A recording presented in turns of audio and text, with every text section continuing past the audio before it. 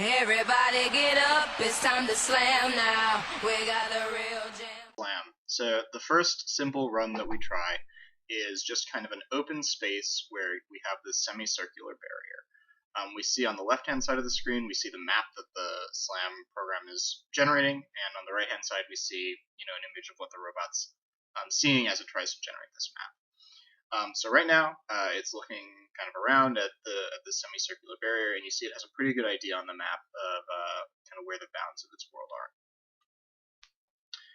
As it rotates and kind of sees the rest of the room that isn't restrained by the barrier, we see that it adds a lot of area to the map as it tries to kind of gather all of this information at once.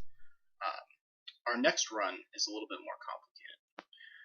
We see here that the robot's trying to traverse a fairly complicated maze. It's kind of a semicircular area with a lot of barriers in between.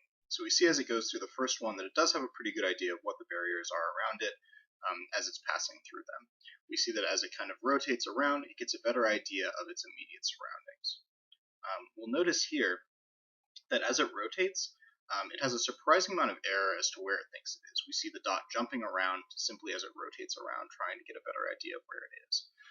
This is interesting and probably indicates that the parameters that we have it set at now are overestimating the amount of translational error that can occur during a rotational shift. Despite these errors, we do see that it ends up with a pretty good idea of what the course looked like.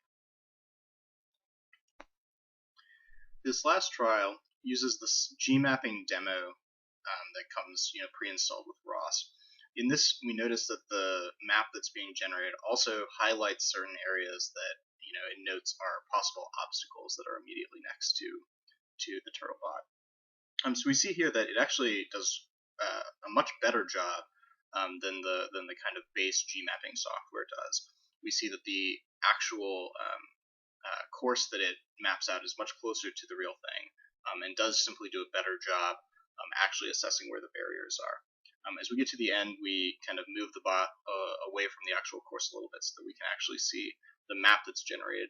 And we notice that at the end, it does do a much better job based on the parameters that have been optimized in this demo.